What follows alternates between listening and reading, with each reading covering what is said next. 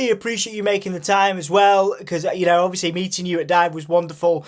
But I think there's a real nice conversation to be had around the independent venue community and what you've done there. But before we do that, Sybil, I know that you've done interviews before where you've given your Dream Festival lineup with the likes of Nina Simone and Portishead. So I want you to take me back, if you can, to the very beginning of your love for music. Where were you? What were you doing? Were you watching anything? Were you seeing anything? Can you remember the first time, Sybil, that you fell in love with music of any kind? Oh, that's a brilliant and very tough question. It kind of makes me laugh, actually. I think the thing about music that you absolutely nobody can deny is when you see babies and toddlers responding to music, because there's no given there, there's no incentive. It's just something that comes from within that makes them move, and that's a very visceral thing. This is going to sound a bit odd, but I was watching something on social media earlier. I don't have it on my phone, so it's only when I'm on my laptop, and it's healthy. A busker was singing and a pigeon was bobbing up and down in time to the music. This is just, it is such a hugely important part of people's lives. Even people who don't really think they like music or don't really believe they listen to it. If you took music out of a 24-hour period, I think people would be staggered at where it is, and I think that's what makes it so exciting. And it's such a leveler, across the board. My earliest, I used to remember taping the top 40, right? Yeah. I used to remember taping the top 40 and then playing the tapes back and writing all the lyrics down so that I could sing along. That's what I absolutely loved. I'm no performer, but that's what I remember. And then I played the piano, the violin, the bassoon at school. I was in an orchestra. I was in a choir, school choir.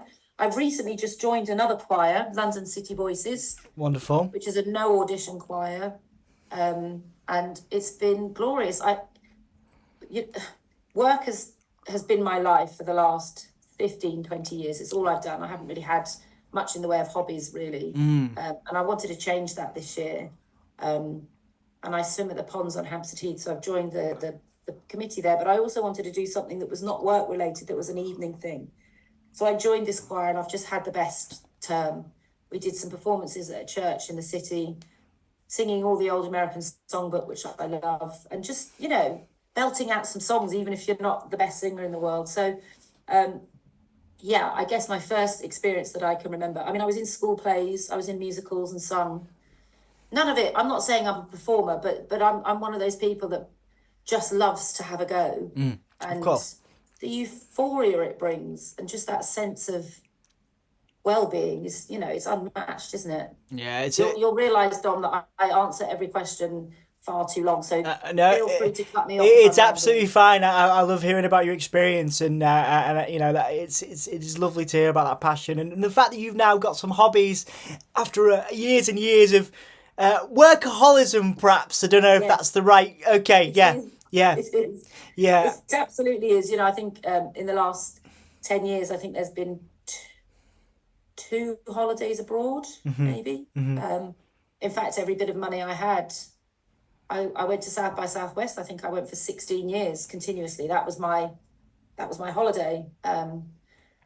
So yes, it's just about reprioritizing. I'm in my mid-50s now. It's about reprioritizing and making sure that when you come to work, you're feeling refreshed and you've had some other stimulus, even though, joining a choir is still music related. It's so important, isn't it? But to be on that side of it and is just glorious. Absolutely. And in terms of, again, touching on that, that workaholism there, obviously you began, years and years ago with the Independent Venue Week, which has turned into a global thing now. And then obviously more recently, Independent Venue Community, which we talked about when we met up the other week. Tell me about as someone who, I feel like I could predict the answer here, as someone who loves work, what was it that made you decide to not only have Independent Venue Week, which is a massive thing, and lots of people are involved in that, loads of venues are involved in that, to then doing Independent Community? What was the moment you decided that something more needed to be done, that those communities needed to be created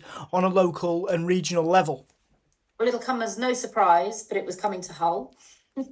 And actually, when I set Independent Venue Week up, I'd owned a venue, and that had been very challenging for a number of different reasons.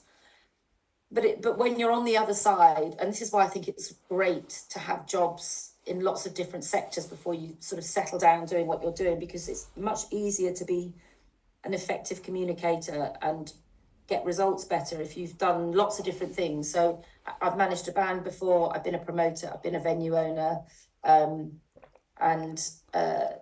now running Independent Venue Week. When I'm speaking to venues or promoters or agents, I understand a bit more about what their world is like. But setting Independent Venue Week up was really just a way to say, let's stop assuming that these venues are going to be here all the time.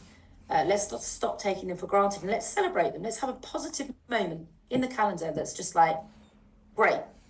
It was inspired by Record Store Day, but I wanted to do a week because I think what happens in a venue changes. You know, you start with the local bands and the spoken word and mics at the beginning of the week, and as the week goes on, it becomes, you know, touring acts, international acts, and by Sunday you're back to a kind of more chilled vibe. And the very first IVW, I was so excited to go out on the road. I've been speaking to all these venues that I'm going to go and meet the people and see the buildings and get connected. And I tried really hard to get the Adelphi signed up as a year one venue because I'd heard so much about it. But Jacko's always busy cleaning the toilets at 4 a.m. or cashing up. And it was just hard to get hold of him. But I did get a call after IVW from Stuart Baxter, who had been working at the Warren, the Young People's Project. And his work at the Warren was around the music division, but through that work, he was down at the Adelphi a lot and taking young people from the Warren down to the Adelphi to show them what, you know, opportunities there were. He got in touch and said, hey, why can't the Adelphi sign up? And I was like, hallelujah, there you are. So I went up to Hull and he showed me around the Warren, and I met JJ and some of the young people, and I kind of left in tears. I felt so emotional about the place. Yeah. Just that level of engagement and care, and the fact that there's a whole organisation and building there for young people in Hull who've either been excluded or told they're worthless, or, you know, might not have anywhere else to go. Where this world is opened up for them, where they're supported and encouraged and given skills and a purpose. And I just came away from there thinking, my God, we should have this everywhere. And I know there's other places like it in the country, but it just really resonated with me. And it was from there that I said to Stuart, I want to do some workshops. So I started some workshops. Originally they were run over 2 Saturdays, and they were young people's workshops to explain, what do you know about the music industry? You probably think of the Brits maybe, and, you know, number one albums, but there's a whole industry that goes on to get people to that point. So we did 2 Saturdays. I think I did 6 or 7 workshops around the country the following year. And the first Saturday, I asked tour managers to go to different locations and do it. The first Saturday was a tutorial. This is what happens when the band goes on tour. This is who's all involved. This is how it works. This is how things get booked and routed. So it was just like an education session, but it was held in the venue. That was the crucial thing. And the following week, was meant to be the practical session. So the young people would come back, they'd watch the band load in, set up, sound check, and then they'd do a Q&A with them. They'd have a tour of the venue and to see it all in person, and then see the gig and so on and so forth. Now, the session in Hull, the tour manager messaged me after he'd done the tutorial session and said, I can't do the practical session next week because I'm actually on tour with Yumi at 6. And I was like, okay, well, that's interesting. He said, they're playing the Manchester Evening News Arena. Anyway, cut a long story short, because you know I can waffle. I hired Stuart a minibus, and he filled it full of young people, and they drove from Hull to Manchester. These young people walked into the MEN, this huge stadium, met the crew, met the band, learnt loads. 2 of the young people fired the glitter cannon off stage at the end of the show. I mean, massive deal. And Stu drove them back that night and sent me a picture of them all asleep in the back of the van, and just said it's been life-changing for them. And of the 12 young people that went, 7 are still working in the industry, some of them globally, travelling the world. Yeah. and 2 of them are mentoring other young people. Yeah. And that blew my mind. And it was that made me think, right, there's a whole network of venues all around the country. And I'm sure most, if not all of them, would like to have experiences like this to offer. So we started running workshops with young people. They've now become called sound check sessions. It's just when young people go in and watch the sound check. And then we've built another course called Be a manager, be an artist, be a producer, where you get a bit more in-depth training and hear from other professionals. But actually, through running IVW continuously, just meeting other people, getting out and meeting people, we came across organisations like Attitude is Everything, which is all around accessibility and disability. And I spoke to them and said, let's do something. They wanted to be involved in IVW Year 1, and it was just me at my kitchen table. I said, I can't manage it. And so I met with them and I said, what would you like out of this relationship? What can we do to help? And they said, it'd be great to get some materials in a venue. I was like, can we not do something a bit more tangible than that? So they introduced me to a brilliant artist called Chris Halpin, who used to go out under the name Winter of 82, now goes out under the name Dyskinetic. He worked with Imogen Heap, who produced the Mimu gloves that make different sounds according to how you program them with different movements. So we put Chris on a tour, and he went round on a tour, and we agreed that we weren't there to try and catch venues out that weren't looking after artists properly, but to support them and show what the needs might be. And that tour was fantastic. And it really opened the door to new conversations. And we still work with Attitude is Everything. We've done a thing which was set up by Richie there, who's no longer at Attitude, but these sessions called Just Ask. It's a little bit like, what's that Friday night? The Last Leg. A lot of venues are a little uncertain about what it's okay to ask. Yeah. So Rich set this thing up called Just Ask, it's a hashtag. And he would do online training sessions through the pandemic. We're trying, everything we do with IBC, we're trying to do the sessions in the venues, but sessions around what do I ask?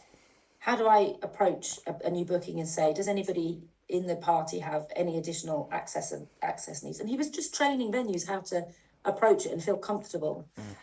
We work with Tonic Music Rider around mental health. We work with Help Musicians UK around mental health and wellbeing.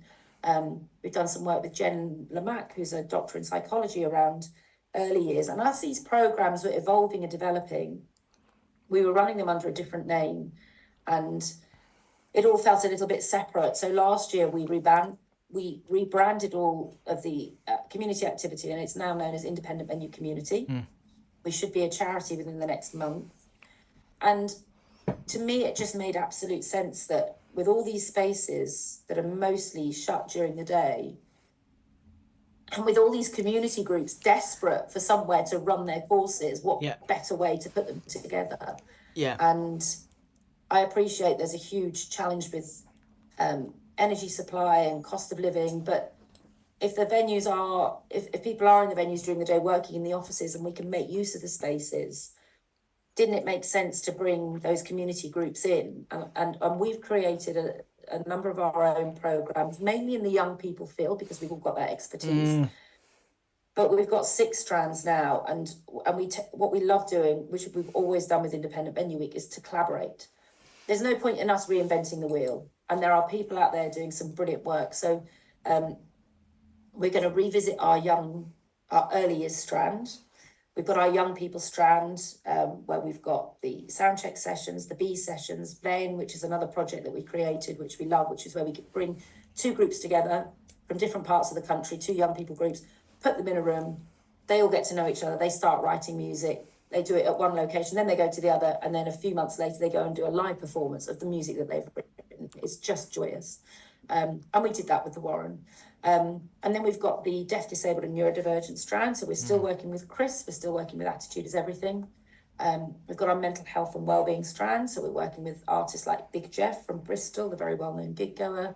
We're working with Stay Up Late as well, and their Gig Buddies scheme. And then we have a strand around LGBTQIA+, and we're working with the brilliant team at Come Play With Me in Leeds.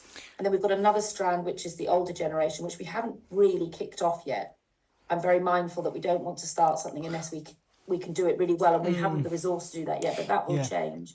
Yeah. I'm also aware that some of the strands cross over, so you can be a young person with mental health, or you can be a young queer person. So everything's evolving. It's very fluid, and we're learning all the time. But what we really wanted to do was say to venues, if you want to broaden your audiences, we're building a whole range of programs, either ourselves or in partnership with some of these amazing organizations, that you can offer your community to do in your venue. And I think it's going to be bigger than Independent Venue Week. It's definitely going to run all year round. I'm just excited because there is so much talent in this country that we need to unlock. And it's not all based in city centres. And we've got venues in every nook and cranny of this country. Indeed. And there's a phrase that they say, isn't there? If you can see it, you can be it. I like that. And that's what we want to do. We want to put people with all kind of characteristics in the music industry, on stage and off stage. Yeah. And the other phrase that we've learned doing IVC is nothing about us without us. So we're not there to create these programs and say, look, what we've done for you, aren't we lovely? Yeah. We want to collaborate with people who have needs or have things to offer and say, how do we help make this happen where you are? Yeah, yeah. And sort of be there and doing it, which I think is fascinating. And I think that was one of the things about having you, meeting you in person the other day was, sort of getting your enthusiasm for being there. And I thought to myself, and this is why I wanted to chat to you about, how hard you've worked over the years. So if you could sort of tell me about some of the challenges that you've faced, also some of the best bits, we'll get to those, but some of the challenges you faced in travelling to venues, in organising these things, connecting people up. It's a big job, and I realise there's lots of people now supporting you to do that, but what have been some of the major challenges of just setting up independent venue community, that have kind of pushed you beyond what you learnt managing a band or what you learnt managing a venue? It's a very different ball game creating local regional communities, but nationwide, around the country. Yeah, well, we've always looked at Independent Venue Week as being a national project with a local feel, and the same really applies to independent venue community. And in fact, there's not a lot of us. I have Erin, who does all of our operations for IVW, covers independent venue community. Sam now works for our sister agency that does all of our digital comms. We've had people temporarily come in to oversee the programme, but because of the way we're funded, we can't keep people for a long time because we don't have that consistent funding. So I think it's a tiny team, and I think people think Independent Venue Week is huge. There's 3 of us. Wow. And there's 1.5 people doing the community thing. Yeah. So I think one of the biggest challenges we have is funding, and funding will be easier to secure as we have more success in the programs that we're delivering. We did an evaluation report for the very first time of our work after IVW Year 10, which included a lot of our IVC activity. And whilst we knew a lot of the outcomes, there was things that we were learning, and I think it was just lovely to see somebody write down what we've managed to achieve. And it's still not huge in terms of scale, but the quality of the partners that we have and the impact it's having on people is going to really help us. I know that I'm moving into the positives, but the funding is the hardest thing.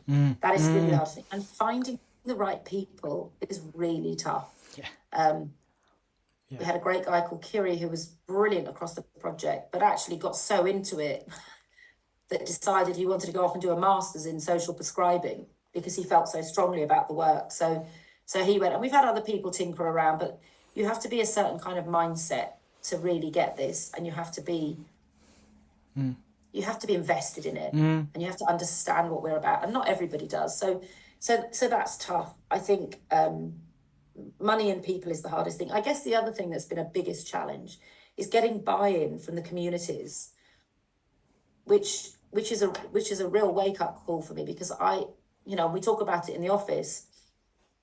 Some of the courses that we offer were like, 30 kids are going to sign up for this, and they don't. Now, why is that? What are we learning about why they're not signing up? What have we missed here? Because it's all very well me thinking, sound check session in my local town, of course I'd love to go. But we're not yet making that connection in the way that we want. So there's a big learning curve there for us, and we are looking at doing a pilot project with somebody in partnership with the Music Education Hub. So we'll see if that comes off. Everything's a learning opportunity. And I'm glad, because I don't want to become complacent with this, but I think there's a lot that we don't yet understand about, and that's why we set IBC up. And it's that nothing about us without us. Yeah. Tell us why you didn't engage. Tell us how we make this more appealing for you. So it's a lot. You're right, it is a lot. It's a huge amount, especially running IVW as well. But I have faith.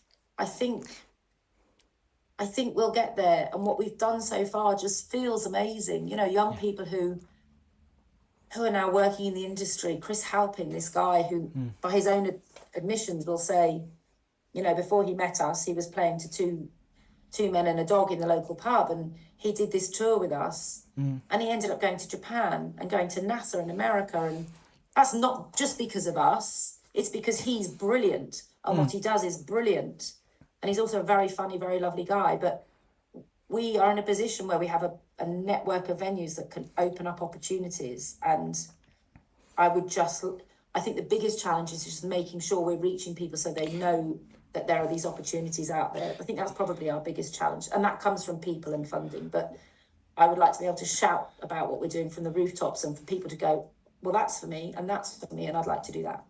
Absolutely. Well, you certainly have, our support and a lot of other people's support, Sybil, which is a testament to, your character and those people involved, people like Chris there.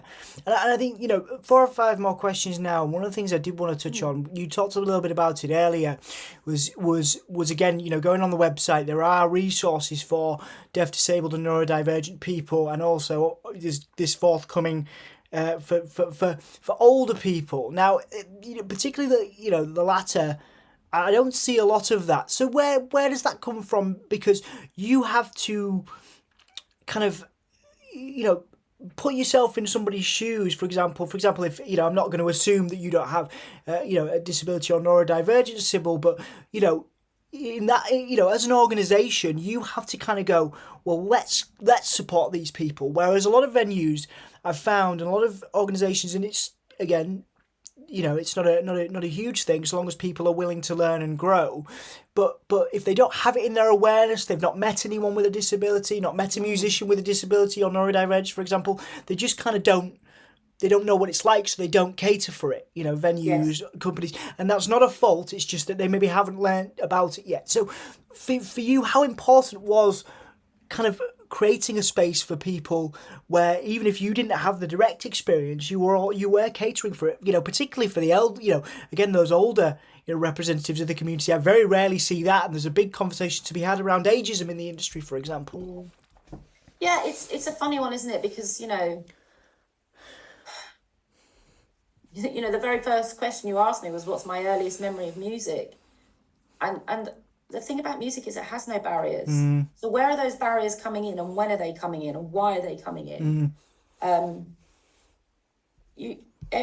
Anybody should be able to have a career in the music industry. And if you're not a good performer or have no musical skill, there are a gazillion jobs for you behind the scenes. So why is it so full of white guys, straight, white, non-disabled guys? I think that's the pure characteristic of anybody that falls outside of the underserved communities. And I'm a woman in the industry. I put up with no end of crap.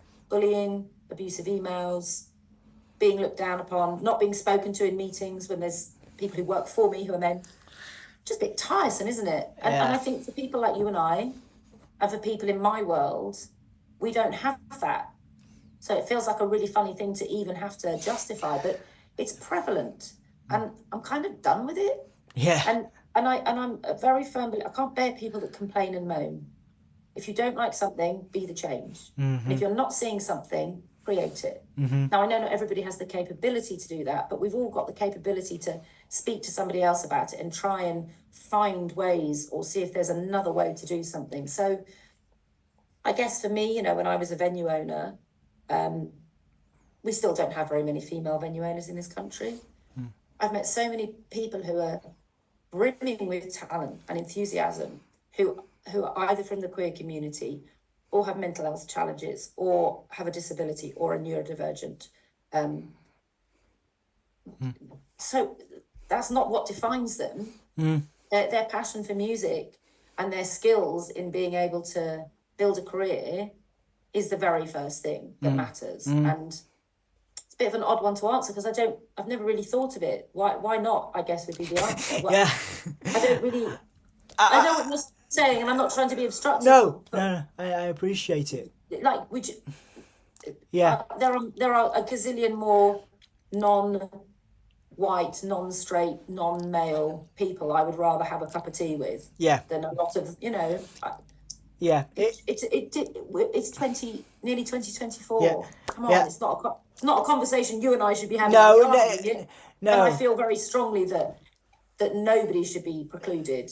I think that's just it, really. As a woman in the industry, Yes. Yeah. who's been ignored, as a woman who puts up with a lot from white male straight bullying men. Still Just as well. enough. Still probably as well. That's it. You still. Yeah. I tell you what, yesterday and today, horrendous, absolutely horrendous. So. I'm so And the sorry. only thing that keeps me going is not having to deal with people like that. Yeah, absolutely. And I mean that, the why not, Sybil, moves me on to my next question, because I remember when I first came back to Hull and I'd lived in, Manchester, London and America and different places that were very associated with big, bustling music scenes and an industry, and when people said, well, why are you going to Hull? And my answer, it's the funniest question, isn't it? my answer was always why not, and it moves quite nicely, different context, but moves quite nicely to that my next question, which is when you came and you spoke to me and you've spoken to a number of young people and representatives in Hull, and you obviously cultivated relationships with the likes of Stu Baxter. What was the why not moment for you with Hull particularly, where because you said to me, you've had the same conversations. People, people going, well, why? So what was it? What's it like? What's it like? What was the why not moment to you with Hull, for example? It's funny, isn't it? Because people know how much I love Hull, and when they first meet me, they're like, "Really? Yeah. What? Really?" And I was like, "Have you ever been?" They're like, "No." And I said, "Well, go and then come back and tell me why you love it." I think, I hate that we have a north-south divide in this country. I went out with somebody from Bolton for 12 years. That was interesting. Not all northerners are lovely. Nope. Not all southerners are arseholes. Yeah. But what I did find in Hull, what I love about Hull is a community that gives no fucks. Can I swear? You can swear. Great. It gives no fucks. You have your own telephone system. You didn't want to be part of a corporate world where, you had to buy into BT, British Telecom as it was then, or the post office. You thought, we want to create our own one. You've got your own ticket company, you've got your own train company. And I just love that you're not going to be beholden to a world where other people call the shots. Nobody knows your city like you do. And I love that hugely independent street. You've got your own cream telephone boxes. I mean, we don't really have telephone boxes anymore, but I love that independent street. And of course, the people are so lovely. And there's wonderful people in every part of this country. And running IVW and now more recently IVC, I've got to know some incredibly lovely people. But there's something about the people of Hull, they just get on with it. They just get on with it. Look at Jacko, Paul Jackson, owned that Adelphi for 40 years. Against the odds has kept it going. It's a very special place. And any band that's played there will always tell you the same thing, that he looks after people. There's amazing venues around this country, but I just think it's the melting pot of, we're just going to get on and do it. We're not going to bitch and moan. We're not trying to be the city that everyone wants to come and live at. We don't care. Come, don't come. Doesn't matter. We've got a great scene going on here. We love it. Yeah, we'll do it anyway. It's the most amazing attitude to have. And it just makes me laugh when you say to people, I'm going to Hull. And they're like, oh. Don't pass judgment until you've been, and then come back when you've been and tell me how much you love it. Absolutely. And it's wonderful to hear your enthusiasm, for Hull and the north of England as well, Sybil. And that's, three more questions now before we finish up. You've talked in interviews in the past where, how much working in music venues can lead to, say, jobs in the industry and A&R, management, etc. Can you give me some examples, not necessarily direct people or names, but it depends on if you feel comfortable sharing. But some examples of people that you've seen, for example, those young people from Hull. You saw people go on to work in the industry. What are some of the great examples you have seen of people that have gone from grassroots, regional, local venues to go on to national, international jobs, and how proud are you of those people for doing that? I think it's extraordinary, and I think it's what I love about Stuart and what he does now. He's got his Hinterland Creative Project. Stuart doesn't want people. The thing that I find really frustrating, and I know I live in London, I can't do anything about that, but this is where I live. I don't want people who've learned skills and started to develop to move to the city centres or to move to London. Stay where you are, and that's what's so great about Stuart Baxter is I've had conversations with him. He could move to London and make a killing down here. Yeah. His design work, his photography, he's in the band life. He could fly, but he wants Hull to have a creative community. And I think that's so admirable. And he's not doing it to be admirable. It's just that he cares. And I think some of those young people, I can't give you specifics. No, of course. One of them in particular, when I first met her, was so chronically shy and full of anxiety, she couldn't even speak to me. She has been subsequently on tour with bands, supporting idols. She's travelled across Europe. She's worked at Radio 1 Big Weekend. I don't think she's working in the industry at the moment. I think she took a left turn to go and try another sector, but she did really well for herself. I'll tell you another story that we do have. We have a network of volunteers, people who want to come and help out during the week. We're very careful when we engage with people to pay people. We have a whole network of people that support us around the country, our area reps. But there is a place for volunteers during IVW, for people who've never worked in the industry that want to come in and get a foot in the door. And they can come and sign up and go to shows across the week, and we ask them to help with doing some surveys of audience members across the week. And we introduce them to the people at the venue. So they get a foot in the door, they have a role, they have a purpose, and they get to see some great live music. And we've got one volunteer who started out as a volunteer and is now a venue manager. It doesn't get any better than that, right? Loved volunteering across the week. We've got people who volunteer for us who've got full-time jobs. They're in their 40s. They just love going to gigs and they love meeting other people. So they do these surveys for us. And I think that's what going to a gig is really about. I always liken it to real life social media. Before we had social media, you'd go to a gig to find out what was happening in your area, discover new music, hear about arts and culture. Now everyone's glued to their phones. Put your phone down, go to a gig. And I think that's where opportunity opens up. And I think anything is possible if you put yourself out there, take yourself out of your comfort zone. And nobody's going to hand you a job on a plate. But go to a gig, talk, say hello. I get on a bus, I say hello to the drivers. I go to a shop, I say hello to the people behind the till.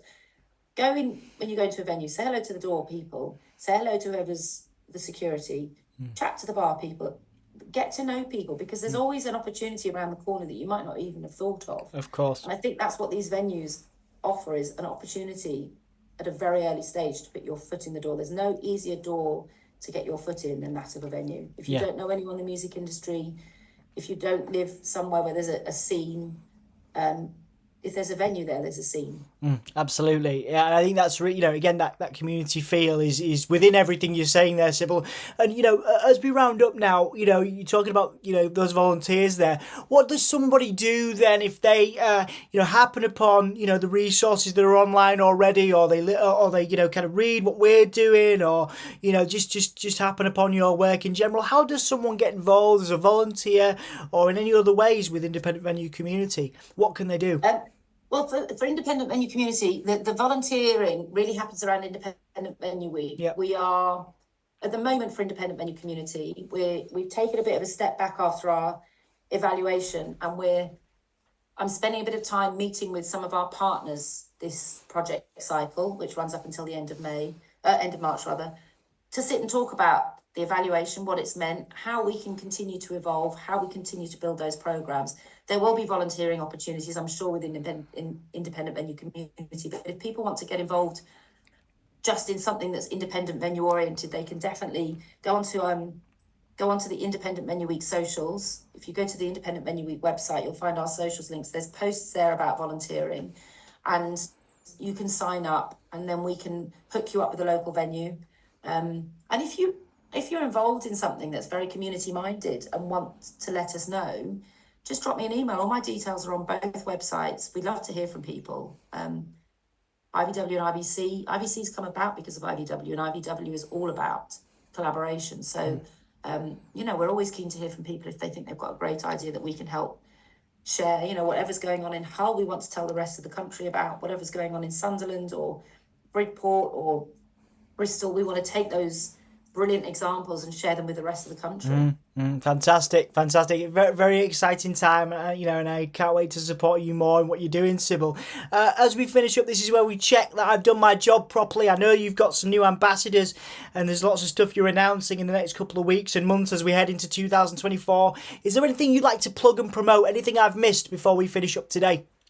Oh, bless you. I think the thing that I'd like to plug and promote more than anything is the week itself, Independent Venue Week. And I know we're here to talk about independent venue community, but as we're reassessing everything and just how closely they're linked, go onto the website, find a show to go to and go along. Let us know if you enjoyed it.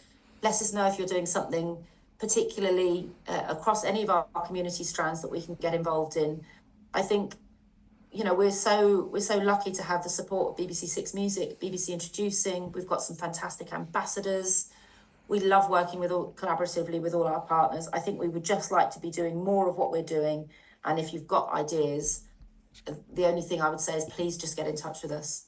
Fantastic. I hope many people do. And thank you so much for making the time for me today, Sybil. I really appreciate it. Oh, my absolute pleasure. Anytime, Dom.